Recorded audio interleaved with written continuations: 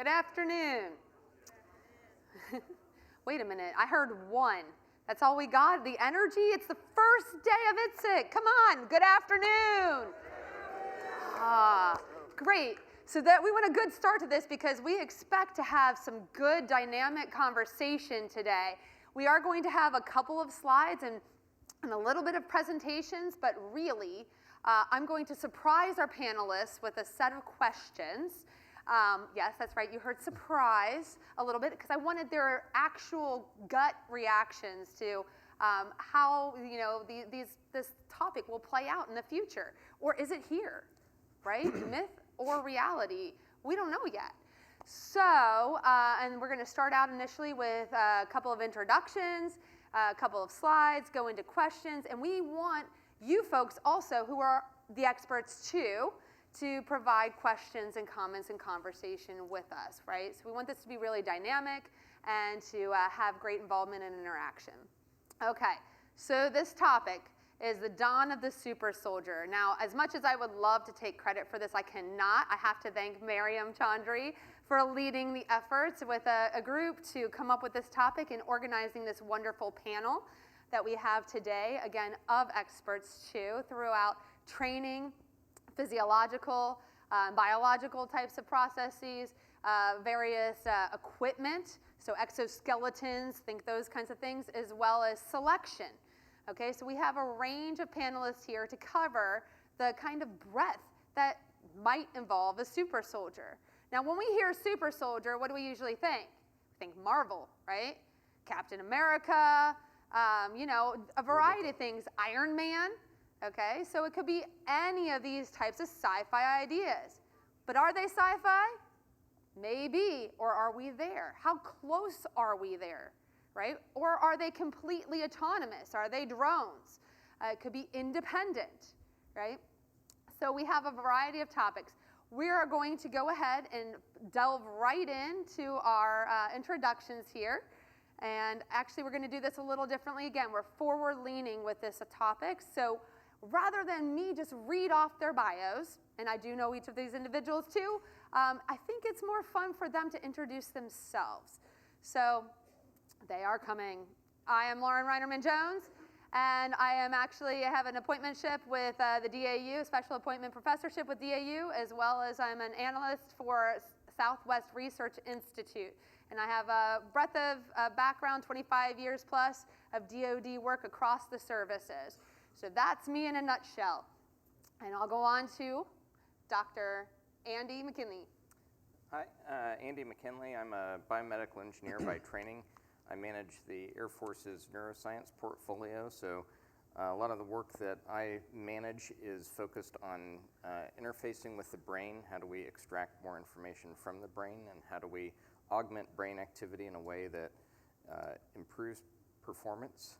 Also, can we inject information into the brain? Can we write to the brain? Think back to The Matrix, for those of you that are old enough to, to remember that. But those types of technologies are actually starting to become real. And I actually have a little bit of data over here just to show real quick, just to kind of kick off the discussion. But so brain-machine interfaces, enhancing, sustaining, enabling, and restoring performance is what we focus on. So these are all healthy, normal people applications, so much in line with the super soldier idea. We work a lot with DARPA, but one of the projects that we have been engaged with for the past almost 6 years now has been looking at stimulating cranial nerves to change brain activity in ways that improve performance. And so the original DARPA program was called Targeted Neuroplasticity for Training, and the whole idea there was to see if you can stimulate a cranial nerve that downstream affects key pieces of brain, like locus coeruleus, that enhances memory acquisition and retention. And lo and behold, it does. So this is some of the data from the lab where we were doing a simulated ISR, intelligence, surveillance, and reconnaissance task, where people were learning to identify targets. And people were able to learn about 20% faster. They were able to retain the information better, so about 90 days after we completed the training, the effect size actually got bigger. So now the difference is 35% between the groups because the group that didn't get stimulation, or the group that got the sham stimulation, actually forgot more information more quickly, so their memory decay rate was faster. And so what does the technology look like? Well, it's this, essentially it looks like a razor, right? An electric razor. You'd hold it up to your neck for 2 minutes, and then you have hours of after effect. In fact, we did a study for NASA, which is down there in the bottom corner. We showed we could sustain performance for about 12 to 14 hours, and that has been replicated. These learning results have been replicated outside our lab, within other labs, and in the field. So we actually got some money from OUSD from a program called BOOST, and the whole purpose of BOOST is to take biotechnologies and get them the last little bit over the finish line to a product that is transitionable. And so what we developed is basically in this picture here. It's actually now a commercial product called TacStim. They also have a commercial product for everybody else called the Truvaga. It's a company called Electrocore. But we did do validation out in the field, so we've done, this is one of the examples. This was with the Defense Language Institute. So we took real linguist trainees and we gave them a vocabulary learning task every day over the course of a week, and we found that, again, about a 20% acceleration in terms of their learning. One of the other really cool things was with their mood. So this device, at least the medical form of the device, has actually been cleared as a treatment for PTSD because of this robust mood effect, right? So people feel more energetic, less anxious, less nervous, they feel happier, they feel more confident in their ability to do the tasks. And one of the things that we found in this study was that more people that were doing the training, the folks getting the sham stimulation, they obviously got more tired after they finished the training. The folks that got stimulation, though, actually felt more energetic. So I don't know if you've ever sat down and decided, I'm going to learn a really hard foreign language like Arabic. I'm going to sit here and do this for an hour, and at the end of that hour, you're like, now I'm more energetic. I'm ready to go about the rest of my day. But these people felt that way, and that's just insane to me. So really robust effects on mood. And then we also are looking at new ways, new sensors to extract information from the brain. So there's this program called Individualized Neural Learning System that just wrapped up, but we have a follow-on going now. But looking at some novel sensors, so a wearable magnetoencephalography system was one of the things that was under development here, and it's very, very, very close.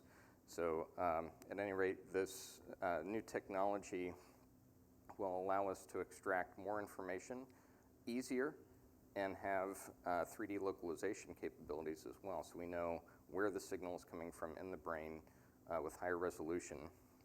And then we've also been working with DARPA on this next generation non-surgical neurotechnologies program. So this is, we've actually been working with a company called Teledyne to look at technologies that are able to write to the brain at very high resolution.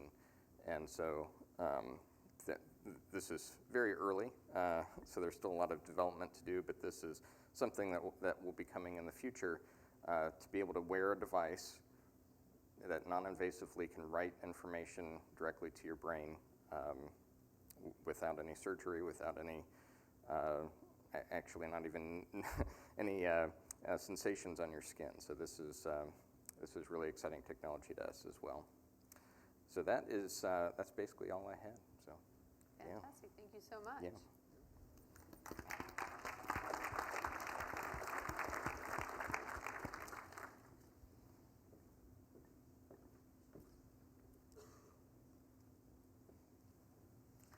Well, welcome everyone, and we're excited to be here. Not all of us put together slides, so I just want to say those were incredible and exciting to see, and the angle that I take. So my background is I am the Learning Engineering Lead for SAIC. Previous to this, I was the Director of Innovation for the Advanced Distributed Learning Initiative under the Office of Secretary of Defense. And so in that regard, what we're looking at across all of these learning engineering spaces is really how do we prepare for the ability to ingest all of what he just described, right? What Andy's talking about is these elements that we can either mix with the brain, or we're certainly going to be hearing about as well how we do that physically, and how those technologies are all going to connect from a data perspective, from a learning perspective, and then how we harness that to be able to move people into those operational spaces faster and more efficiently. And so the focus of the work that I've done, although I don't have studies to bring today, so I'm going to talk a little bit more generally about what it is that's changing across this spectrum, is really looking at how do we, from a policy perspective, how do we from a strategy perspective, and how do we at the tactical level look at how we set up our syllabi? How do we think about joint operations training? How do we make sure that we are connecting all of the dots so that that information about the human can be taken in ethically, it can be combined in order to make recommendations going forward? And then how is it that we ingest all of the learning science information that we know? In other words, when do we help someone out? When do we push them forward? When do we hold them back, right? A starting point is how do we get them energized? I love that, right? But on the other hand, then what do we do with that energy? How long can we push that, and where can we put that energy, and how can we use it most effectively? And so all of those questions start to get answered as we think from a learning engineering space. I'll pass that. Wonderful. Thank you, JJ. Hey everybody, I'm George Maytook from the Army DevCom Soldier Center in Massachusetts. Sensitive. Who did that? That's all right. So I lead the Mastery S&T program. It's a 5-year S&T effort to measure, predict, and enhance individual and small unit performance, tactical performance. So it's very task-focused, task-oriented. I do have a couple slides, but I don't know if I have to get up to move them. Do I have to get up to move them? No? Oh. Maybe my slides are gone. All right, so I'll just talk. They're at the end? All right. But we will hold your slides for how about one moment? No problem. And Go back up to him. Oh, you want to talk? You finished? I think you said hold the slides until later. well, let's see. I can just talk, it's fine. Okay, go for it. I know in the Army we can't talk without slides usually, but that's okay. So, there's a couple different ways to think about super soldiers. Well, there's more than a couple, but a couple that I put on a slide at some point. One of them is very equipment focused. It's like all the stuff we give them to make them more capable. But really what we've been focusing on in Mastery in particular is all of the human X factors, those attributes, those traits, those states. What are those things about soldiers that make them more capable outside of just their equipment? Make them more resilient, make them more lethal, make them better decision makers, physically capable, all of that stuff. And what I hadn't thought about it until we were sitting here. I don't know that we're ever going to get to that super soldier threshold because the goalposts are always moving, right? If you go ask someone from the Revolutionary War, what's a super soldier to you, and they describe something, and we'd be there now, right? You can put, tens of rounds on target really fast. You can carry all this weight because we're just bigger than they used to be. You can call fires in from the sky over a thing that doesn't. It's not like a runner. Like that's pretty super, right? So I think what we've envisioned now as a super soldier for 2040 or 2050, is probably something that's attainable, but we'll never quite get there because we'll always keep reimagining what that looks like. That's a great point, and I love that starts a discussion here in just a moment. Perfect. So, thank you. Hey, good afternoon, everyone. I am Erwin Hudson, and I was a late addition, so I didn't get slides either. However, just to give you a little background about myself, I come at this topic, from a lot of different perspectives. Starting out as a programmer with SAIC a long time ago in '91, I became a CETA contractor. So I was a CETA contractor for about 10 years with the government, and then after that, I finally became a government engineer, civilian, in 2004. And since then, I came in an acquisition with P.O. Stry, and after 2 years of understanding that I didn't like acquisition, I joined S&T, and that's where I've been ever since. Started out with RDECOM, we switched to ARL, Army Research Laboratory, and then now I'm home with DevCom, Soldier Center, and enjoying every minute of it. My research deals, mainly with decision making. I was looking at trying to create an effective assessment tool that, enhance talent management. And one of the main things is personnel selection, and the second one was training. So I come at it from that perspective. And looking at the super soldier, though, I am more gonna probably play devil's advocate, because even in dealing with autonomous weapons and autonomous systems over the years, I've always not been that much of a fan because of the ethics. Coming from a coaching background also, I consider it as cheating, although we do know that all is fair in love and war, but I still want to somehow play fair, and that's why I look at it. And becoming, creating the super soldier is creating advantages, which at the end of the day, I know we're still looking out for our war fighters. So that's the perspective I'll be coming from. Thank you. Fantastic. Thank you all so much for introducing yourselves and giving us an initial startup perspective. Again, we wanted to spend a lot of time because oftentimes with these panels, right, it's very interactive, very dynamic, and then it's over, right? And so we wanted to spend a lot of time for that interaction and discussion and conversation. But being the moderator, I get the first set of questions. So I've kind of put together, again, a set of questions that will span, again, this whole group's backgrounds and expertise and hopefully cover, and I don't mean to ignore all of you folks over there too, so you can just yell at me, okay, if you have a question. But to make sure we cover also the range of interdisciplinary and multidisciplinary backgrounds that are in this room, right, and that come from all over the world, right? That's one of the great pieces that we have here at Itsec in this community, and so I think our panel really highlights the range of that. So my first question is very generic. What makes a super soldier? So is it a person? Is it a robot? What is it that makes a super soldier? And I'll open that up for the panel to take. Who jumps first? Okay, I guess I'm in the middle, so I'll go. Sounds good. I look at it very outcome-based. And we just had General Rainey, the Army Futures Command commander, up to visit us very recently, and his perspective is, at least for the foreseeable future, it's never going to be a fully autonomous army. There will always being in quotes, I guess, but there will always be a soldier involved. One way, shape, or form, there's going to be a soldier involved, and that'll be more, of a teaming exercise than an individual exercise. So I try to look at it more outcome-based. What are the effects we want to have on the battlefield? What are the effects we want to have on the enemy? And then you kind of can decompose that into the different abilities a person needs, to be able to sustain themselves physically and mentally and socially in a very violent environment, coupled with all the other things that we need, from networks to weapons to food and water and everything else. So I bring it to the outcomes typically. I guess I look at it more like from a cyborg kind of perspective, a person that's augmented by technology, their biology is augmented, their physiology is augmented in a way that allows them to perform or be more effective than somebody that without those technological aids. And I guess that's fairly broad, but I'm thinking, things that interact more directly with the physiology and biology. Same here.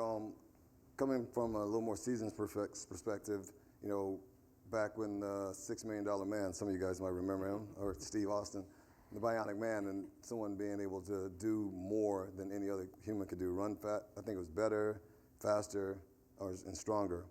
So now, like I said, I started moving more toward the cyborg type, being able to be more resilient, more effective, and more lethal. So that's what I see. So I'll add on to that. I'll concur on all these points. I think it's really being able to expand the capability of the human, at least to date, right? Like we will get into a point where we have autonomous space elements. I'm just going to use the word element because I think it covers a lot of different possibilities. Yes. But I think there's additional piece to it, which is going to be that that super fleet concept. So it's not just how do I enhance everyone, in other words, making each brain work faster, better, cheaper, or to be able to put the exoskeleton in or to add these wearable devices, but additionally to look at how each individual human's innate traits may actually interact with that and escalate that further. So in other words, looking across people versus simply looking at each individual. And I think as we look at that super fleet and joint operation spaces, we may be able to also extend based on what each individual is, also which branch we're talking about, and be able to go even further. One of the questions that I got recently at the Pentagon was, so JJ, why do I want to have anybody be specialized? Why can't I just have everybody be the same? Because then I can move them in and out as I need to. And my response was, then you are pitting your versatility against their expertise. True.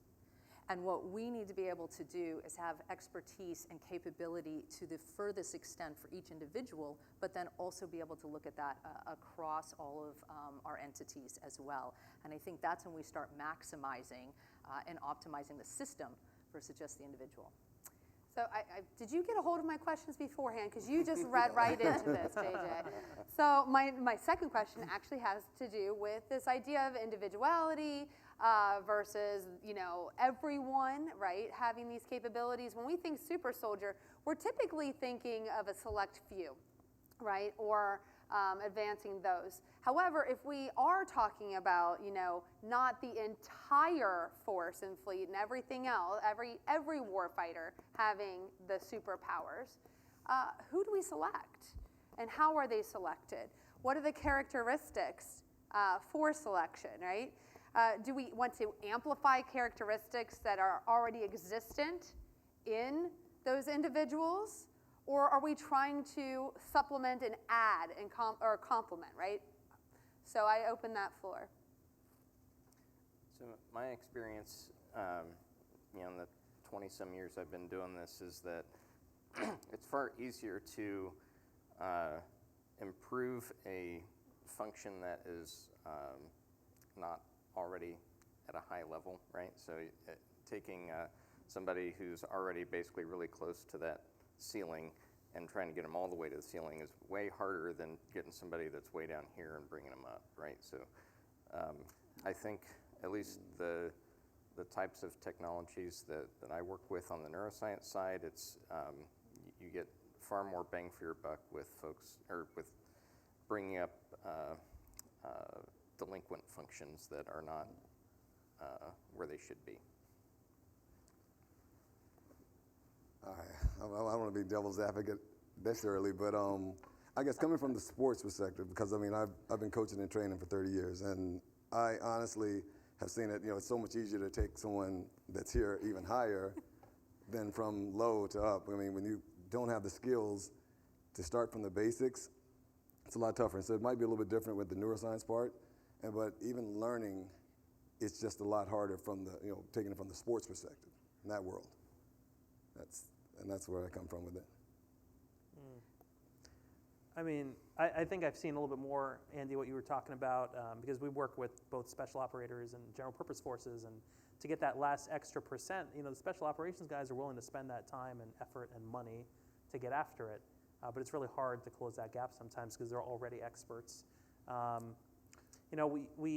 We always talk about, as we move forward, training will be more individualized, attention will be more individualized, performance models will be more individualized.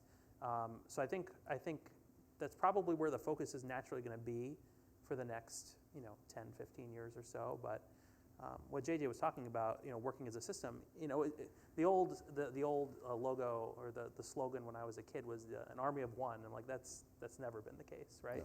Yeah. You're never, if you're fighting as one, there's something very, very wrong.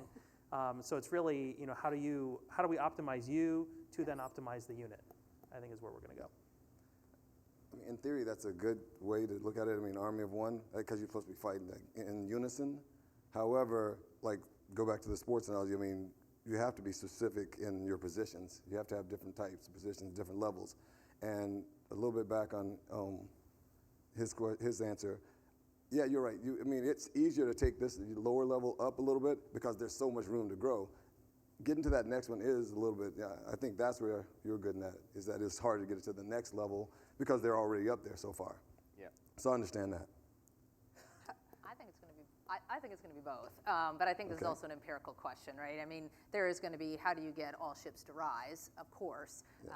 and so I think to your point, yes, that's where we're going to put first procurement dollars is how do we get everybody to operate at a level higher than they are currently, and I think that makes a lot of sense. I think also as we're going to really enter a peer fight, it is not going to be about just having generalists. It's also going to be about having those that can elevate past that. And I think maybe that's where the question comes in, how does that selection occur?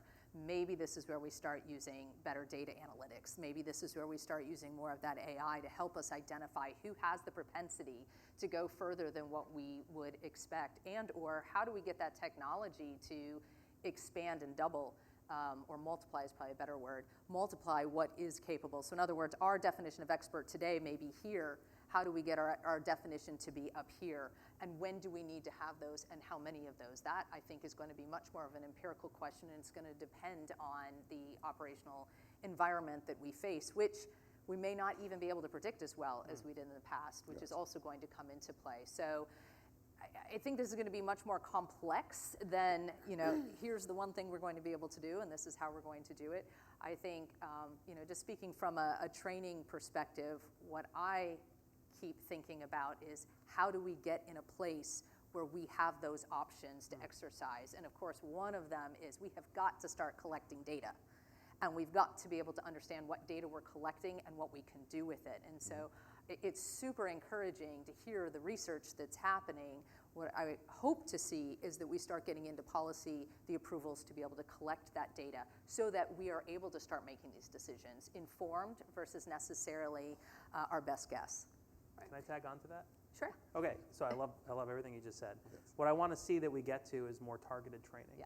Right? Because we train everything, right? We have all this mandatory training, we have all these things, there's this long list of things we need to do, and so we peanut butter everything, right? Instead of being able to measure those key things that matter for the job that you have to do, and then spending more time on those instead of doing a little bit of time on everything. That's where I want to see us get, and just that in and of itself will help our soldiers be more capable. Definitely. So, the question really comes from also Raja Parasurman, right? So, founder of Neuroergonomics, and he and his students completed work on doing SNPs of DNA, right? And they found a couple of super performers, right? So, if you have these super performers, and this was specific to vigilance or sustained attention at the time, right? Then that are predisposed, that have this somehow genetic capability, even though they weren't necessarily academically exceptional or anything else, are those the people that we want to target? That already have this innate skill set, right? Yes. That come to the table with something versus being way down here to optimize and bring them further. Not everybody becomes a Navy SEAL, right? No. Not everybody goes to become special forces. So the same way that there's some selection process there, how will we select for a super soldier? Yeah, I think with new analyses, the advent of AI as well, there's a lot more opportunities to match people with their optimal job that they would be good at, right? So, for example, on the attention thing, right? Marvin Chun has done a lot of work on functional connectivity analysis with MRI data, right? So he's been able to show that you can image somebody's brain with MRI, and based on the functional connectivity in the frontal cortex, you can predict their attentional capabilities all the way from people that have ADD all the way up to these super performers that can maintain their attention for ungodly amounts of time. And there's you can also start to look at things like resting state EEG. So there's been some work over the past couple of years, showing some really interesting results in terms of being able to predict how well somebody's going to do at a particular job just based on this 5-minute resting state EEG. So, are there these simple, low-cost, low-time investment kinds of data collections that you could do up front to help guide what training somebody should be focusing on, and then when they get into the training, can you use that information as feedback, right? So can you do real-time monitoring to provide the training material with the information on what the person's brain is doing, right? So based on my brain, maybe it says, all right, you need a less difficult training for your next session, and somebody else, maybe George, is hey, it looks like you've got this mastered, so you need to go to the next level here, because our performance may be the same, but maybe my brain's working way harder to get to that performance than George's. So this will be an interesting question, I think, depending on where it goes. So we do this crudely already, like when people assess, right? They get kind of we test them a little bit, and they get a range of things that are available to them, and it's not necessarily you're steering them because of their abilities, but to some degree you are, coarsely. But imagine a future where we're able to do that and be like, listen, you're going to be an aviator. And it's like, well, I don't want to be an aviator. I want to be an infantryman. Like, no, you're going to be an aviator. Like, that could cause some issues. But what really is going to be kind of where the rubber meets the road, in my opinion, is when you say there are 50 slots and these are the 50 because of their natural innate abilities, not because necessarily of how well you have been doing. Because, it's like the American experience. We all think we can be our best and we can work harder than everybody else and get to where we want to go because this is the American way. We're going to work hard and get there. And if somebody says, no, your brain patterns say you're not going to be a good aviator or you're not going to be as good as these guys, even though they've never flown a day in their lives, it's a very different way of doing business. It's a very different way of thinking. Would it probably make better soldiers? Maybe. But, you look into morale and maybe legality even, fairness, there's a lot of questions there. Yeah. Okay, I'm thinking more back to what exactly are we having the super soldier do? I mean, are we looking at speed? We're looking at decision making? Are we looking at, power, lethality? I guess it depends on all that because, I go back to the movies. I'm a movie buff, the Marvel movies, and Captain America wasn't he wasn't a big guy. He wasn't a big, strong. He wasn't like Arnold Schwarzenegger in Terminator. He was a little scrawny guy, and all of a sudden the super serum or whatever turned him into this warrior. So I guess when we go to it, it depends on what we're having these super soldiers actually do. That's what I'm thinking about. Yeah, on my imaginary slides that don't exist, my first slide was like the traditional super soldier. They're going to be amazingly physically capable. They're going to have wonderful decision making and be fast and resilient and whatever. But the second slide was like, okay, what if the super soldier of 2050 is sitting at a keyboard?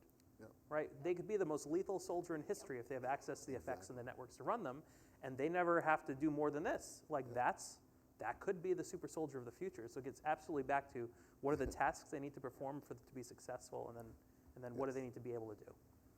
Well, JJ, would you like to add anything before I go to the next question? So that actually feeds right into one of my other questions, right? Good.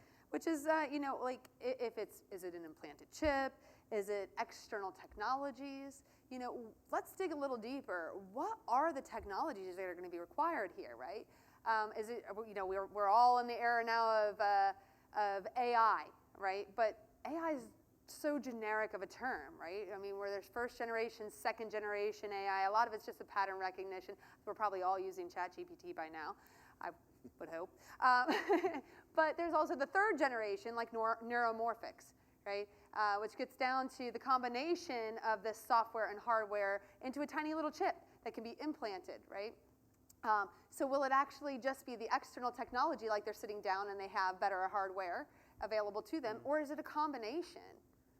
Well, there's others, right? There's some, actually, in some of the joint slides on here, I don't know if you want to share some of those, but they talk about things like synthetic blood, allowing you to be underwater for much longer than currently able, and of course being able to have drops in the eyes to create night vision, the ability to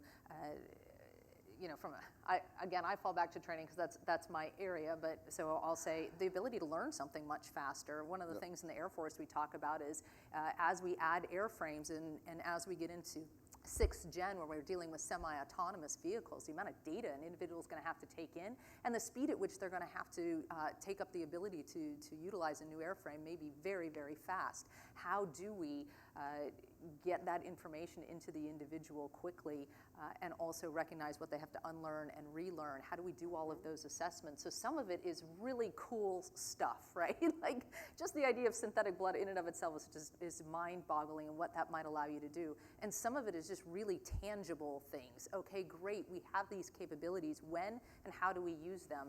And for whom do we use them to make most sense? So I think when we start talking about, well, what does it look like? It's going to look like all of these things. You are going to have operators who are drone operators that are sitting at a keyboard. You are going to have folks that are Navy SEALs that are going to use the capabilities in night vision and blood to be able to do things. You are going to have individuals who have to be the more cognitive weapon systems, as I like to call them, who are going to need the neuro boost and expansion that Andy's talking about. And so we're going to need all of these pieces. I think part of the question is, this is largely available in pieces parts, and one of our hallmark challenges in DoD is bringing it all together. So we think there's some pragmatic challenges beyond the ooh-ah awesomeness, right? One of the things we talk about at Itsec commonly is that modeling and simulation is so many bells and whistles, but do we use those bells and whistles to actually improve training? Not always. And so to me, this is an extension of that same concept. This is a lot of bells and whistles of exciting possibilities. What's the combination that makes most sense and when? Absolutely. I think that gets us also to what risks are we willing to take? Yeah, great. Right. That when we had our first panel meeting a few weeks ago, that was my Debbie Downer kind of thing. It's like okay, there are all these wonderful things we can do. Scientifically proven, in the midst of being proven, definitely concepts. And then there's we're trying to do simple stuff like put a watch on a soldier, and it's like, whoa. Have you thought about this whole litany of policies? And it's like, oh my God, how are we going to get from this to implanted, chips to do X, Y, and Z? I'll differ with you for just a moment. We don't want a fair fight. We really don't. This is not an honorable thing. We want our guys to be overmatching any possible enemy, right? So why aren't we giving them pharmaceutical enhancements? Why are we making them run, all week when we could just be, giving them steroids and send them to the gym or something? There are all these other things you could do if you change societal norms and ethics, right? And laws in some cases, because other countries don't have those same boundaries, right? So what could end up happening, in my opinion, is we find ourselves in a situation where our soldiers, as talented and trained and ready as they are now facing an unfair fight because another country is willing to say, hey, guess what? You, male, are a good aviator. You, female, are a good aviator. You're going to make the best aviator babies we've ever seen. And I don't care that you're not married. You're going to make babies, and we're going to get really great aviators. Look, they're going to breed people, right? That's a thing. Are they willing to go that extra step that we are not? And until there's a real forcing function for us where we are losing or we are falling so far behind the technological curve, I don't see us taking huge leaps. And you know what? You read my questions too, right? What are the things that are standing in the way of a super soldier happening? Yeah. Okay, let me go back a little bit to hit his point again. Yeah, because I thought I was the only Debbie Downer. But all right. What I look at though is you're right. They do have to. We do have to look at those things, because first thing I thought about was research. How is that going to get by an IRB? There's no way that's going to get by. So, it's tricky. But from the human standpoint, from when you come to sports like steroids and things like that, there's side effects. There's always going to be something to deal with. As far as the breeding aviators, I understand that because that's natural. But when you start adding things to humans, the ethical part of it is what's going to happen to that human afterwards. Sure. Plus, if that human turns on you, just like we consider robots, the autonomous robots, we're afraid of those. So that's where I go. I mean, I'm a little concerned with that when we think that we can just start competing with these other ones. Why not make more lethal weapon systems that's going to stop the adversary, the ones over in the foreign countries that are coming trying to get us, that are creating super soldiers? That's what I think. Yeah, I think as you mentioned, risk, right? I mean, the risk to benefit ratio is really important when you start looking at technologies that are going to make super soldiers. Doing a surgical implant for somebody that is debilitated because of an injury or disease, that's a different risk to benefit ratio than somebody that is healthy, normal, and happy otherwise, and you're trying to give them an advantage over an adversary. So in my opinion, if you're going to go into very invasive kinds of technologies like implanted chips, the benefit will have to be tremendous in order for people to want to have that done to them. And I think in the near term, non-invasive are much more appealing because it's safe, reliable, reversible, right? And I think the reversible piece is the big thing, right? I mean, people don't want permanent changes done to their body with technologies that are relatively new. So that's actually a great lead into one of the questions I had and one of the questions that we received from the audience. So if you do these kinds of things to an individual, what do you do when their service is up? What happens? Or are they just literally then owned by the government for life? Termination. How does that work? Terminate. That's all you can do. I mean, and how do you manage that? How do you manage when they get back into the real world? I mean, one of the greatest, problems that we've faced more recently for our warfighters is PTSD, right? So what happens, psychologically and mentally? And yet, arguably, perhaps by having these interventions, we would see fewer outcomes like that. I mean, these are some of the questions that you have to ask, right? We can't make the assumption that by enhancing the capability of the brain that there's going to be damage afterwards. Perhaps we're going to have higher energy after learning, right? Perhaps we're going to be able to insulate the natural brain in ways we haven't been able to before. Perhaps we're going to be able to help regulate. One of the things that I talk about a lot is that someday we will probably all have something similar to when people have an insulin pump, right, to regulate their insulin. We may have one for dopamine, right, where our dopamine and serotonin is all just constantly regulating. We are all just, we're good. We're good all the time, So I make it a little bit of a joke, but we can read it. Brave New World and many other dystopias and consider these concepts, but I think we have to be careful assuming that negative is going to be the result. Perhaps this will actually enhance, and I also think we have to be careful assuming people wouldn't want to try it. I think there are many people that would be interested in body enhancements. One of the things that is interesting that is happening in our culture right now, and probably almost everyone in this room is in the generation a ways up from it, but the next generation below us is questioning everything about themselves, about society, about relationships, about the way we're talking a lot about it in recruitment and retention of military, because the straight, narrow, clear requirements that we've always had now don't entirely match what we need, and also don't match what the next generation is bringing to the table and some of the questions that they're having. We're seeing, it used to be that having a tattoo was kind of a shocking thing. Now, I never saw a mom when I was young that had a tattoo. Now it's so commonplace, I don't even think anything of it. And you may not think that's a big shift, but that is a big shift in the way we change our bodies, the way we enhance our bodies, the way we have plastic surgeries, the way that we are doing lifelong learning. We wouldn't even think of that. Right now we're talking about professional certificates and whatnot. The point is, change is becoming normal, where it used to be you finished high school or you finished college or you finished military and you had a homeostasis that you hit, and then you developed across that time, but more statically.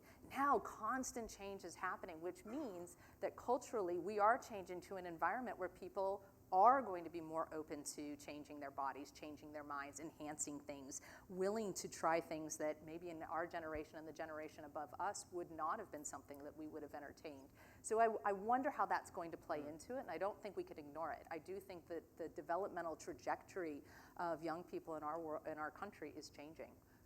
So toward that end, we have two questions from the audience also. One is from Stephen Lake at Itsec, and the other is an anonymous, but they are related to this very topic of recruitment. So how would you project to recruit the super soldier in the near future? And the other one, like I said, that is related is, what's the path to becoming that super soldier? Is it citizen to super soldier, or are you already enlisted or active duty? The DAU answer is it depends, right? Yeah. That's a, repeat, what was the first part of the question? That's one I want to get to. How would you project to recruit the super soldier? Yeah, I mean, it's be all you can be, right? Because what you're really talking about is, right, you're raising the top limit of what you're capable of. Uncle Sam. Right, that's how right, just you be all you can be. But that's really what it is, right? You're changing the perception of, this is how far you can get in life. You will be this capable. You will be able to lift this much weight. You can score this well on your, standardized tests. What you're saying is, no, we can actually unlock 25% more potential in you. I think that gets really interesting for people. Well, and I think the other thing is that gets away from the, fight as one idea too, to the next generation of individuality, and for wanting to kind of be that best self, right? So that's kind of an interesting thought. And I think people want to be around others who are also their best, Yes. right? I mean, it's not gospel, right? You go look at the Band of Brothers movie, right? They talked about, it wasn't just some person to their left or their right, it was another paratrooper, someone that volunteered that they were going to be better than every other soldier because they were going to jump out of that plane and train really hard to do so. So if you are now surrounded by people who are the best they can possibly be, I think that's really interesting for that high-performing team thing, but also trusting that your comrades around you are going to be capable and have your back and all of that goodness. Yeah. I mean, like the saying says, birds of a feather flock together, so you want to kind of rise with the group. Yeah. And I think there's also that you have to have the recognition when there's somebody that they're never going to be top notch at a given profession. For example, I will never be an Olympic runner, ever. Sure. I can train. Shave the beard, you'll be Yeah. very Yeah, I could train every day for since the day I was born, and I would never be an Olympic runner. But so I think when you start looking even at some of the cognitive things, I mean, there's some people that are just built in a way, or their brain is structured in a way that maybe they're not going to ever be, a top-notch intel officer or whatever it is, and so I think if we can get some windows into those kinds of capabilities, you can help guide them along their path to say, like, you're not going to be really good at this, but these other things over here, at least the data showing you've got a really good chance at being, top of your class or whatever. So I think this kind of leads in a little bit to one of the other questions that we have here. So based on all of these topics, do we still need diversity or neurodiversity in a team for best results? Or again, are we looking towards this individuality? Well, I think generally speaking, having multiple perspectives is always beneficial because otherwise groupthink is only by chance going to be the best option, right? You always want to have a diverse set of options to choose from and then use those perspectives to elevate the gestalt of that decision so that you have the best outcome. So I don't know that, I think you're always looking for diversity. I think the question more is, how will we be enhancing these teams? And are we enhancing them to all be versatile, or are we enhancing them to be splinter talent? And I don't know. I mean, maybe we are making you into an Olympic runner. I mean, I think it's and I joke, but so I have a son that was born with no chambers or valves in his heart. It was essentially a balloon. He has a prosthetic interior heart, and I was told that he would never be able to do sports. He is now an ultra marathoner. He runs a sub 3-hour marathon and holds the fastest known time for the Manhattan Loop. Wow. He is an enhanced human in some way, right? And we joke about the fact that, now, to your point, he had an issue, so nobody minded doing surgery. But if we push the envelope and ask that ethical question, hey, can I take somebody and make them have an endurance heart? Would you take it? Maybe. And so I think that those are some of the questions that come up. I mean, his heart is functioning better than what it would have on its own, which no one predicted. So it's interesting that we have these challenges. I think we're always going to be looking for diverse talent. I think that's happy to be disagreed with, but I don't see why that would go away. I think it's just a matter of how you put the puzzle pieces together. Yeah. Now, speaking for the diverse person up here on the panel, yes, the answer is yes. Definitely, diversity is always key. I think so. I mean, if we're not thinking differently in our teams, even as high performing as those teams might be, we become predictable. And if we're predictable, the enemy is going to figure out what we're going to do, and we'll be dead. So let's not do that. Creativity and diversity is the number one benefit of our nation. It is. And that is what allows us to look at a more groupthink or single-led nation And say we can win. as long as we're working together. Yep. Exactly. So I love it. So, we have two questions that, a lot of what we've been talking about and a lot of what we've shown on the screen also is physical enhancements and alterations making us super soldiers. What do we think about, what mental items? So we touched on this a little bit, obviously, with the PTSD question. But what about, for training metacognitive skills, those types of things? So my training Everybody people. looks at Andy. I mean, I think there are ways there's lots of ways to influence brain activity.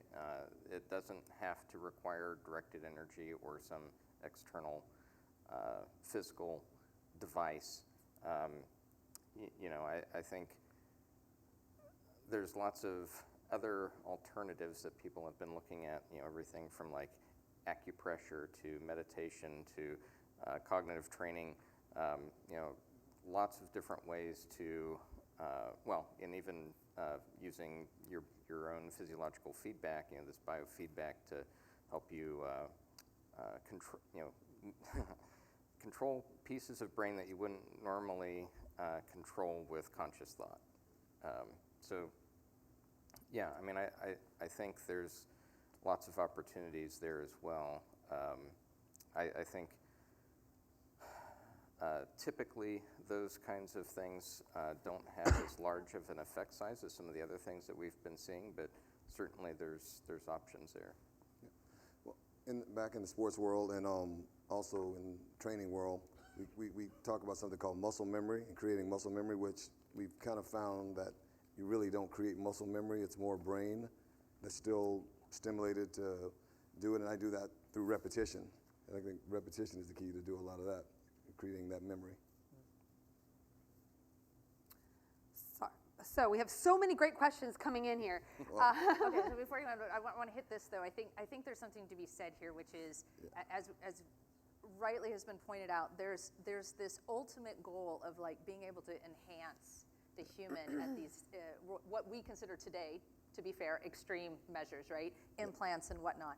In the current state, though, we have so much data and opportunity for things that we could optimize what we have available to us. And it is because of the way that we have been doing training across the services, very mission-based, very linear, very much hasn't changed a lot since the at least 90s, if not 70s in some cases. And we are not ready to even ingest these kinds of protocols that do help with metacognition or the ability to think about what you're looking for and what you're thinking for and how to make those decisions or how to enhance decision making beyond single mission examples. And so as we think about perhaps two tiers of intervention, there's what's ultimate that we need to be ready for, but also what can we do today? And I think that really has to be hammered home because a lot of that can be done without pushing the ethical button too far, without requiring massive change in policy, but also is increasing substantially the impact that we have and recognizing where the other nations are running ahead. We did a study, just a review of the research in looking at real-time EEG assessment and intervention during training live. And 90% of the studies were coming out of the Asian countries, mostly China.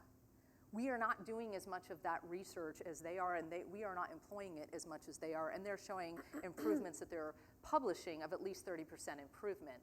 Those are the kinds of things that we need to be putting into our service level practices because we already know them, but more importantly, we know that our adversaries are using them. And so for us to ignore those which are not pushing those buttons, I think, is an ethical problem on the other side, which is why are we not helping all of our personnel to be maximally prepared for something that we know that others are using to advantage? Sorry, I just want to make sure. No, that's perfect. Anything else? Yeah, just want to add, maybe, and we need to start assessing what people can actually handle, because certain people might be able to handle a lot more than others. So you're right, we do need to start looking at that. So JJ also brought up a great point, about our adversaries, and we have a few questions again from the audience related to that, right? So the first is pulling on that thread a little bit more. What or how do our adversaries, as well as our allies, define a super soldier, and how are we doing in comparison? Any thoughts?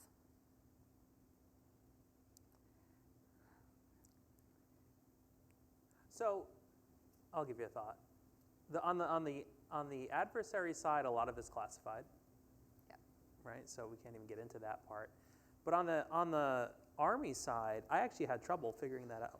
Right. I was like, okay, do we have a vision, a public releasable at least vision of what the super soldier looks like, or what the soldier of 2040 looks like, or something like that? And I couldn't find one. Like, I had to make up that slide that disappeared. Like, I just made that stuff up, right? Because we don't have a standard that's like, okay, this is what that person's going to look like. So yeah, I don't know. That's a hard question to answer.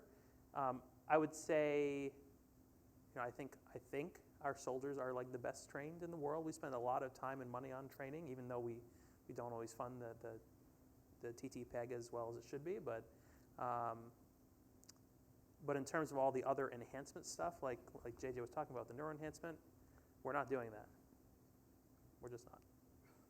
And maybe it's, what do you really mean by the best trained? When you say best trained, is it the hardest trained or the smartest trained? I mean, because they do crazy things.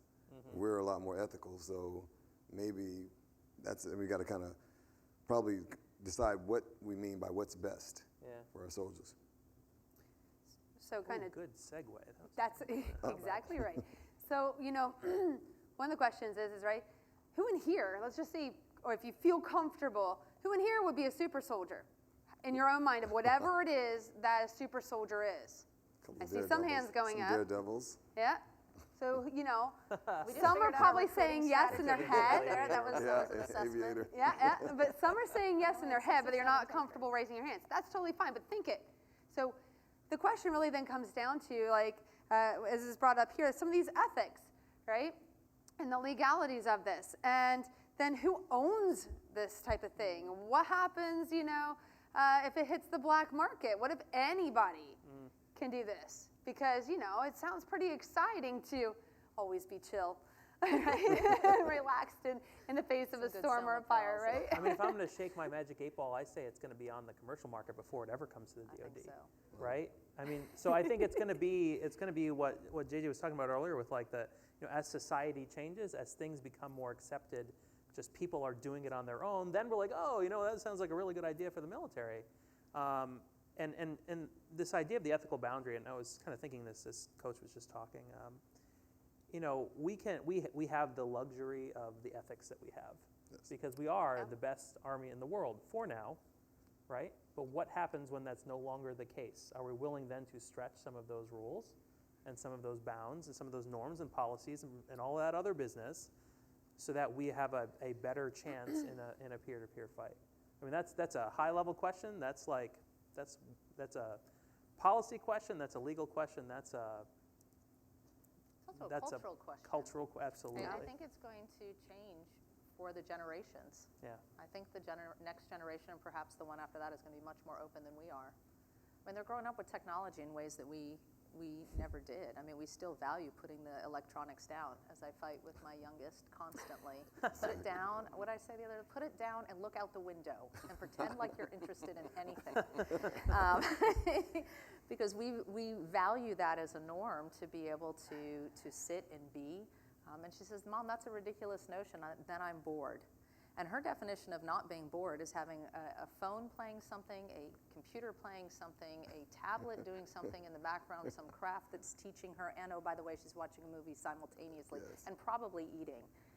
Her value system is almost different. of what is considered reasonable and appropriate and how much she can take in at any one time.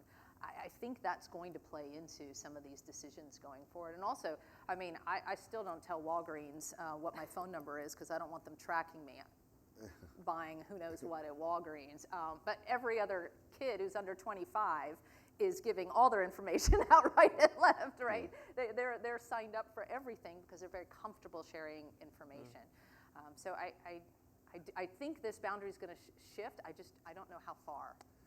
I'm sorry. But yeah, it goes back to, I think we talked about this a while back, JJ. You and Say, and we had a conference, I think it was at the HCI conference, about multitasking and whether we can really multitask and things like that. And we always said something's being degraded at all times. You're really not getting it all. And I remember you had a lot of thoughts on that, but that's where I get with the kids. Depends on the task. It depends on the task. Yeah, okay. if it's a monotonous task, sometimes you actually can increase arousal to allow somebody to actually maintain. So it's more complex than straightforward. And questionably, are children's brains developing differently who are being born today than anyone who was born 60 years ago? Yes. And if it is the case that they are developing differently, are they able to handle things differently than what we say today? I mean, much like my son's heart, no one said that kid was going to survive to 10 years old. The shock and awe that he runs is just over the top. Well, we're going to start seeing that in everything, right? Medical science is changing, and the way the children are developing is changing substantially. And one last quick point on the ethics.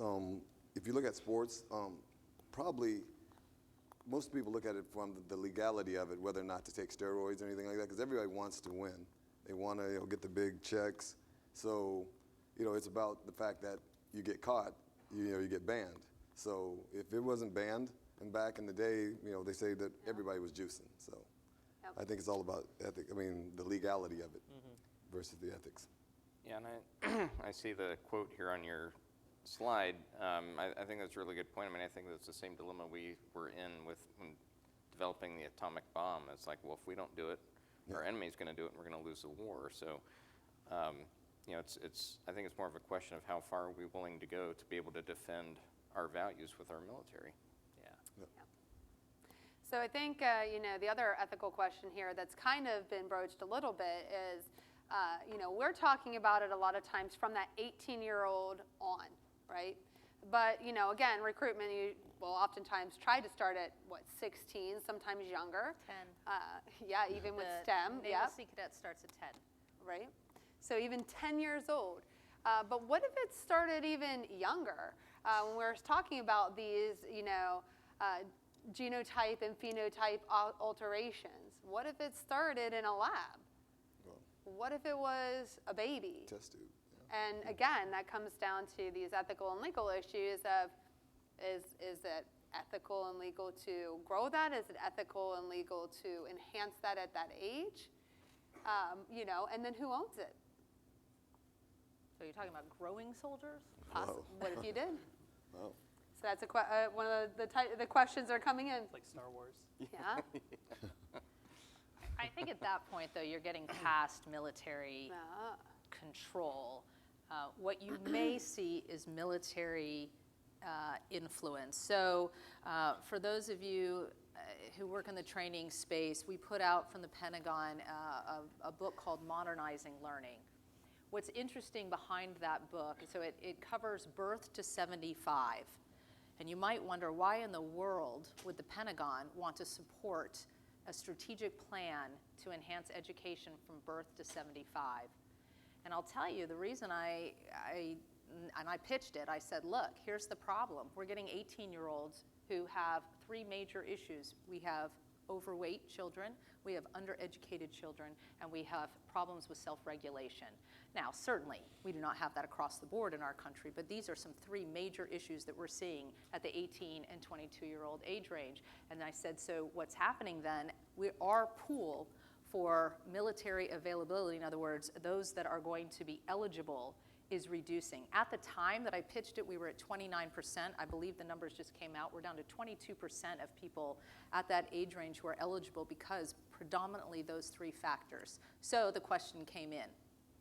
Can Department of Education influence the way that we do K-12 education, or actually even looking at birth to 3, because we're looking at traumas that then show up later and cause issues with the individuals as they're in the young adulthood and not able to come into service?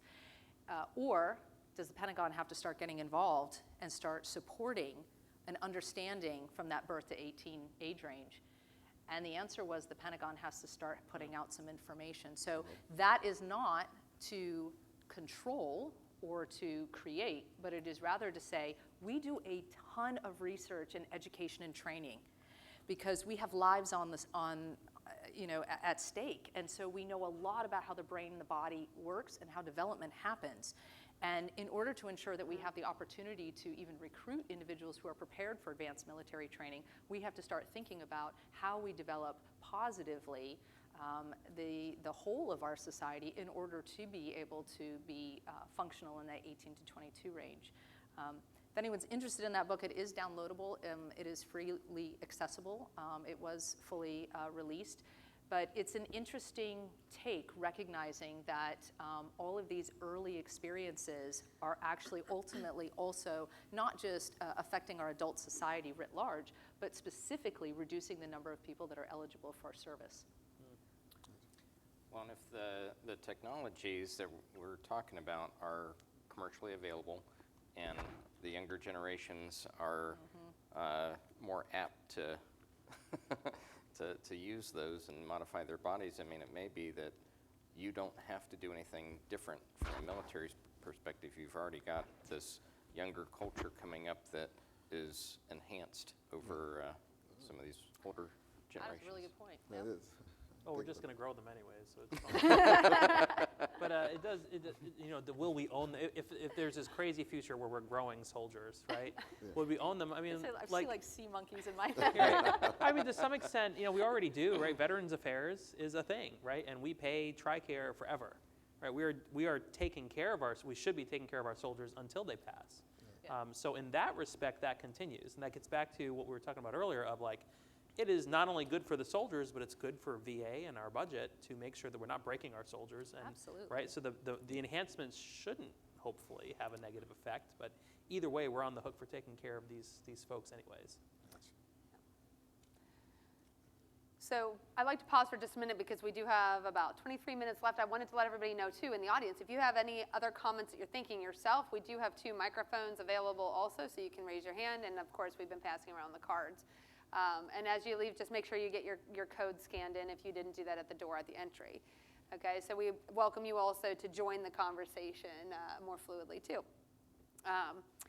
So kind of We've got a question down here. Oh, we got one. Let's go. Hello.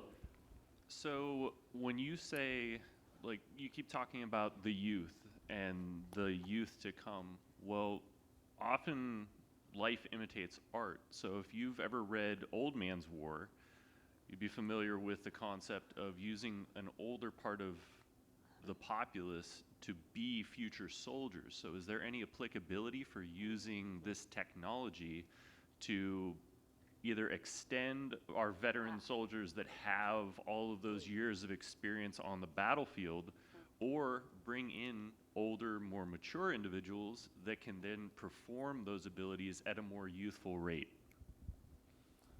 I actually like that idea. I mean, that's Love it. because they're a little bit more seasoned already, and they know what they've been through. They understand it. They're not going in naive, so that's actually better. I think it's fantastic. And I would love to see that because that experience is invaluable, right? And as the psychologist sitting up here, and particularly, so my formal background is clinical and developmental, so I like to say I know how people grow and also when it kind of goes awry. And I have a lot of heart for our vets. And particularly one of the things that I look at is who self-selects to be in the military. The people who want to either be in the military, whether it's active duty or civilian, have a need for purpose. As I try to explain sometimes to companies, it's not profit-driven, we are mission-driven. And when you are a mission-driven human, and we teach you, train you, put you into operations, we make your life very, very purposeful, and then we bring you home and say, relax for a very, very long time now. It doesn't feel good to relax. You weren't wired to relax. You weren't trained to relax. You weren't taught that you were useful relaxed. You were taught that you were useful when you figured out, and I don't know how the Marines do it, that duct tape something together and still get it across. Marines are my favorite because they figure everything out. And I've often said, why are we not using this population? Because it's so valuable, not only to the services, but it's actually valuable to them as well. I think you would substantially reduce depression rates, anxiety rates. I mean, a lot of that is all, the root of it is all this purposefulness and this worth, this feeling of worth. Also, I think there is a turn in the culture as well. So I'll out myself. I'm 47. I have just applied, as of Sunday, all my stuff is in, to the Navy, to reserve duty. I had to get a lot of waivers because of my age, because I'm way too old. But when they asked, why in the world would you want to do this? I said, if I've got something to add, put me in, coach. I said, I haven't done operations, I haven't done active duty because I was busy having children. You know, I had 4 children. That kept me very busy for a very long time and used my body in ways that I couldn't serve. But I'm not in terrible shape. I don't understand why at 42 I expire, right? And so it's been an interesting experience talking with the recruiters who are asking these questions. Well, why would you want to do this at this age? I said, I think I still have a purpose. I think I have something I could bring to the table. No, I'm probably not very good at making coffee. I can almost guarantee you I'm terrible at it. However, I have the value of context, and I understand, and I'm not bothered if you make me write a brief that you take credit for it. Doesn't bother me in the least. I'm old enough. I don't have an ego in it, you know. But it's brought up some questions of like, do we have the CIA? I think just erased their age rules. The other services are starting to change the rules, and if we can use people regardless of their physical capabilities, or we can enhance their capabilities, why can't we increase longevity of service? I mean, 20 years. We know every single person coming out, enlisted or officer, is going to have another career. We already know that, and that's become part of the discussion point. Why can't we continue to use them? Why is it up and out? That's a great question. 100%. Do we have any other? I thought I saw somebody over here. That's okay. I'll continue with these for a second, then that actually builds a little bit on this, you know. So it is somewhat like a societal divide, if you will, that occurs even, you know, right now just with the military and civilian worlds. You know, transitioning from that world, you know, where there is that purpose and that drive and that mission back into the normal world, if you will, is challenging, right? And it creates a separation, and also a lot of times employers are reluctant to hire those in service, which is such a shame. Now, it seems weird in our space a lot of times, but there is a large percentage that is reluctant to hire those in service because they may come with baggage, but they also come with all this leadership and experience. So at the same time, getting to the super soldier idea is, you know, there's a couple of questions here related, that if we have these enhancements, is that driving a greater divide between, you know, the military and the civilian world? Or is it bringing them closer? Probably divide. I mean, we can find anything to divide us nowadays. I think this would divide us, right? Yes. I mean, think about it. If you were up for, let's say you're in the civilian world and there's a veteran, a super soldier veteran that is competing for the same job as you, and because of their enhancements, they are just more capable. They are able to process information faster, whatever, and they're chosen over you, and you think that was unfair. Or you're in a sports situation, you know, you're playing sports, and you know your son runs the sub whatever, he holds the Manhattan Loop record. Are people with natural hearts looking? Maybe they don't know, but they're like, well, that's not fair. I didn't have that advantage. That's a great point. Right? Yeah. So I absolutely think it'll divide us. That's not necessarily a bad thing or a reason not to do it, but I think it's just reality. Yeah, from the soldier civilian side, yes, like once they become civilians, but as soldiers themselves, like creating a super soldier, I think that helps because, you can see it when, at a ball game or something, they, ask the veterans to stand, and it's just how, and we thank everyone for their service. I think it brings us together in that regards to, hey, we got better soldiers fighting for us. So I'm actually happy about that part. It might increase the patriotism. Yeah, patriotism. Yeah, exactly. Interesting. So, again, related to kind of this and the idea of dividing, though, then, if we think about Iron Man, right? Yeah. Tony Stark is wealthy. Yeah. He's not. He's rich. We talk about, the first non-astronauts, if you will, to kind of go to space that aren't in the scientific or engineering world, that didn't have some other reason, but that just went. They were rich. They were wealthy. So does becoming a super soldier, lay in the hands then of only the wealthy? Or who would fund this? Yeah, I think that's a good question. I mean, there's when we've had discussions on ethics in the past, it's access, right? If you watch the movie Limitless, he takes a pill and he becomes, he goes from being a broke loser to being this, rich, highly successful man. And it's how do you level the playing field when you have technologies that are enhancing one person over another? So it's a great ethics question. I don't have the answers to it, but it's something, but like in that something movie, we have to think about. They started fighting over that pill too, so Yeah. that was a real big situation. Yeah. So I think the other, big part of this too is, so we talked a little bit earlier about blockers, right? And what is going to stop this from happening? What's the bureaucracy? Because that's what we live in, right, is the bureaucracy. What is that going to be? What are these regulations going to be? What's acquisition going to look like for that when it already takes forever? When we just add more committees into the mix between S&T and acquisition? What do you think that's going to look like? Ugly. It's going to be real ugly. You talked about the institutional review board earlier. Yes. It's definitely greater than minimal risk, which is comes with all these extra rules and things to keep the soldiers safe. But when you move it out of, let's say we're successful in S&T. Okay. Now you have an acquisition program. Okay.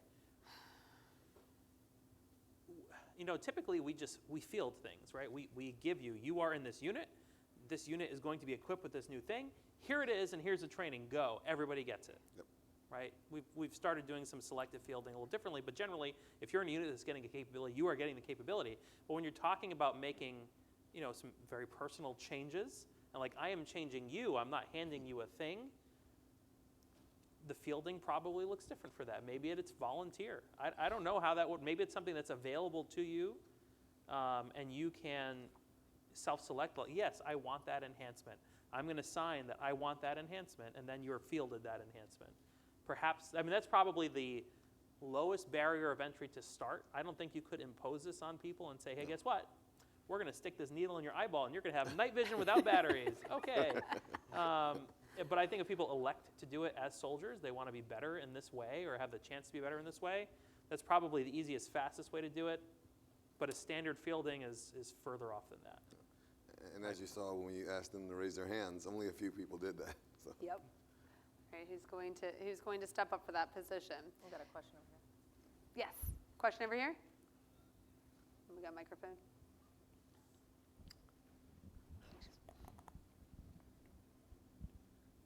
So with some of the older veterans that feel that they have been possibly let down or not necessarily supported as well in the healthcare aspects of what has happened in the past, if we were to create super soldiers of this content, what's the guarantee that the military will fulfill their end of the bargain to sustain their health and their bodily functions until they continue to go off? And that goes back to the cost-benefit analysis. If we get stuck in a tight situation, where do you think things would go? That's tough. Yeah, well, I guess for enhancement technologies, the hope would be that not only does it enhance, but it also diminishes decline, right, over time. So, maybe the veterans would be the healthiest people around as opposed to needing additional care. But yeah, I mean, in terms of guaranteeing care, I mean, I think that's a political question that, would be answered above my head.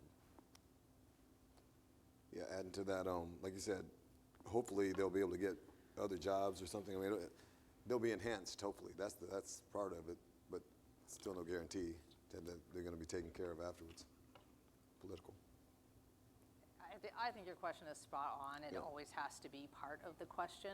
I think, though, from the scientist and capability level, what we can tell you is what's possible. Yeah. What we can tell you is the barriers that we run into. Break. Yeah. Then you have care for veterans, politics, generals and admirals. There is so much here, and there is so much history that suggests we could do a better job. Definitely. But it would be outside of the range of this space, right? These are bifurcated, even though they probably should be combined.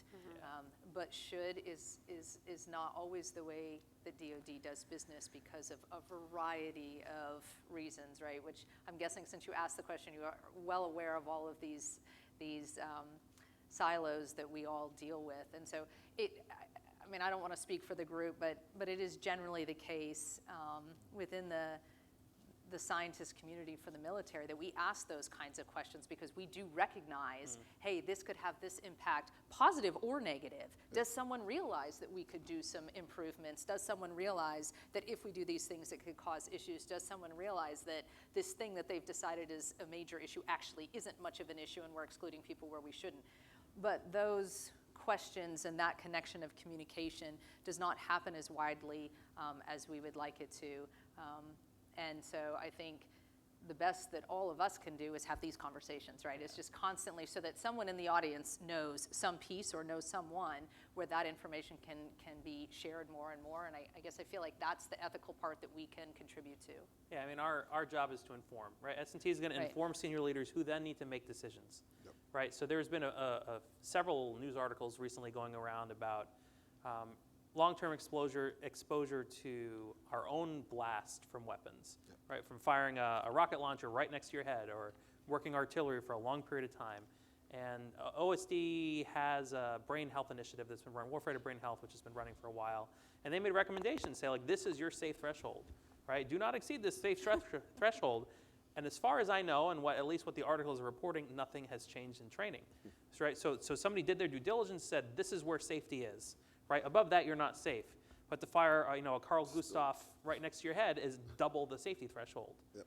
So it's like, SOCOM, I think they said like they're trying to reduce some things, and but just because we find the answer, right, there's another step that has to happen to prevent things from happening that shouldn't be happening, and then take care of those who have had that happen. I recognize that's not just PTSD; it's a brain injury, right, and deal with it. Now I will throw out one interesting caveat, which is that if we are doing a better job collecting data, because we have these enhancements, we might be able to inform healthcare in a better way as well. And that is certainly something. I did a tour of the U.S. and I spent a month talking to a lot of various veterans groups. And one of the things that we found was a lot of people don't realize that each veteran care for the hospitals and medical are different across the U.S. It's not, they're connected, but they actually operate quite differently. And so the ones that had a whole bunch of wearable devices that they used at home were showing substantially better outcomes. And it was really impressive to see how those units were being able to affect change. It was unfortunate that it was not necessarily being shared widely, but it was proof positive, and they had very clear benefits, both anecdotally but as well as measurement-wise, that we can improve. And so some of the things that we're talking about would probably have a ripple effect of positive outcomes of informing healthcare de facto. Okay, so last question from the audience for the moment. We've talked a lot on the offensive side, or more generically, it appears from the offensive side. But how would you differentiate some of the offensive versus defensive capabilities that a super soldier would have? Or would you differentiate? I guess, defensive, I always think about, you're reducing the effects of whatever stressors are being put on the human by being in combat, right? So whether that be physical or mental, psychological, those are the defensive applications. Offensive, it can be kind of nebulous. If you're doing decision making, I think that's an offensive capability, right? Helping people make more effective and quicker decisions is definitely something that I think will be pivotal in winning wars. On both sides. And turn offense or turn defense into offense. Exactly. Yeah. Yeah. Yeah. Yeah. Fantastic. So with the last 5 minutes, I have a question for the panelists. If you were a super soldier, what capabilities would you have, and why? Give you a moment to think. Everybody wants to fly.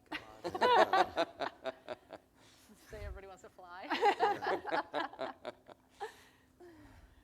I say I want to be limitless. Do it all. Run fast, fly, see things, see through walls, all the technology. Yeah, I'd like to be able to control things with just thought. Doctor Who. Yeah. Nice. I look at decision making as a superpower. The ability to take in the relevant information very quickly and make a good, quick decision can be the difference between life or death in that kind of situation. It'd be nice to be able to do all the other things too, Yes. but that is one I think that's attainable in the nearer term through some even targeted training and techniques and stuff like that. I'm beginning to think we should test our personalities by what we've chosen. Blue lollipop. I would like to be invisible, so I would love to be able to cloak, be able to go anywhere and see, digest information. See, I'd pick multiplicity, right? So you Okay. can multiply and be in multiple places at once and optimize your time. That might mean you're too busy in real life. But I think you're right, Jennifer. I think we need. Who are you in your dreams? Where's Myers-Briggs when you need him? I think we need our personality test. Well, again, we're back to come full circle when someone says, how do you recruit? And my immediate thought in response to that question was atypically, not the way that we are currently, right? And I always go back to that scene in, what is the name of the movie where they were doing the first computer to be able to, anyway, they selected by crossword puzzle. They sent out a crossword puzzle across the U.S. to see who could do it in so many minutes.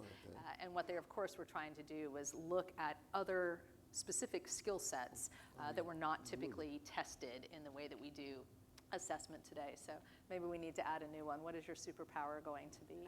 And then we'll know what category you fit into. Well, it is time, but we hope that the conversation and the discussion doesn't stop here.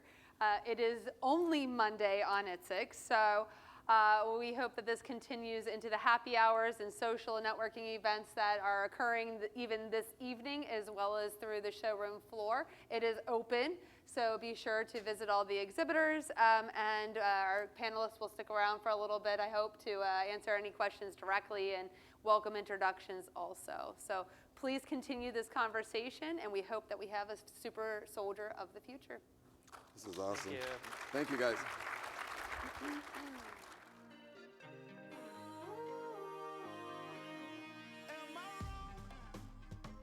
Thinking out the box from where I stay.